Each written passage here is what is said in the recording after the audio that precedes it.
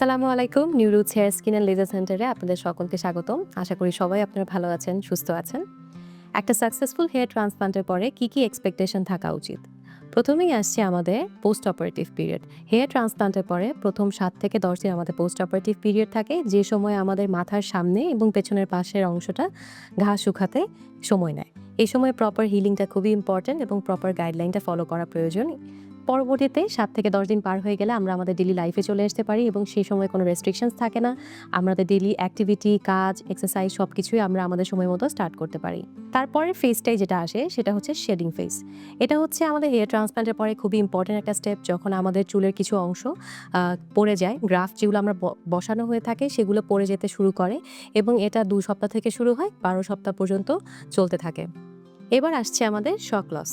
অনেকেরই দেখা যায় ইনিশিয়াল স্টেজে এই শক লসটা হয়।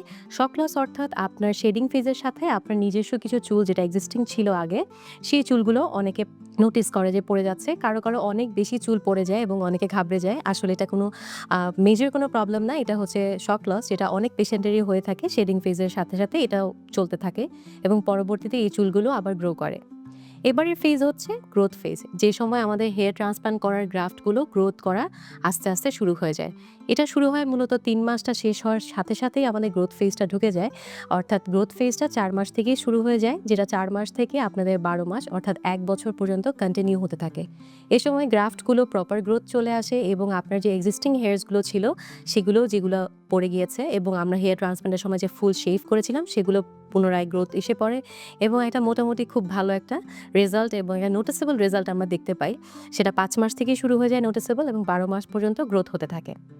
লাস্ট স্টেজ আসে, এই সময় হচ্ছে থিকেনিং পিরিয়ড এবং ডেনসিটি পিরিয়ড, যে সময়ে চুলগুলো আস্তে মোটা হতে শুরু করে এবং যে গ্রাফটগুলো ডাবল ট্রিপল ছিল সেগুলো আস্তে মাল্টিপ্লিকেশন হতে থাকে। অর্থাৎ আপনার মাথাটা যে অংশগুলো ফাঁকা ছিল, যেখানে আগে আমরা ট্রান্সপ্লান্ট করেছি, সেই প্রত্যেকটা এরিয়া খুব সুন্দর করে ফুল ডেনসিটি চলে আসে এবং একটা সুন্দর রেজাল্ট চলে আসে। এটাকেই বলে মূলত ডেনসিটি এবং থিকেনিং পিরিয়ড। এই স্টেপগুলো আমরা এক্সপেক্ট করব একটা হেয়ার ট্রান্সপ্লান্টের পরে। এই ভিডিওটি ভালো লেগে থাকলে আপনারা লাইক এবং শেয়ার করতে ভুলবেন না এবং আপনাদের কোনো হেয়ার ট্রান্সপ্লান্ট রিলেটেড কোনো কোয়েশ্চেন বা কোয়েরি থাকলে আমাদের সরাসরি নিচে দেওয়া ফোন নম্বরে কল করতে পারেন বা সরাসরি চলে আসতে পারেন। আমরা নিউরোস হেয়ার ক্লিনিক টিম আপনাদের জন্য সবসময় আছি এবং আপনার জন্য বেস্ট যে ট্রিটমেন্টটা, আপনার জন্য সলিউশনটা, সেটাই আমরা আপনার জন্য অ্যাভেলেবল করে রেখেছি। আজকে ভিডিও দেখার জন্য ধন্যবাদ।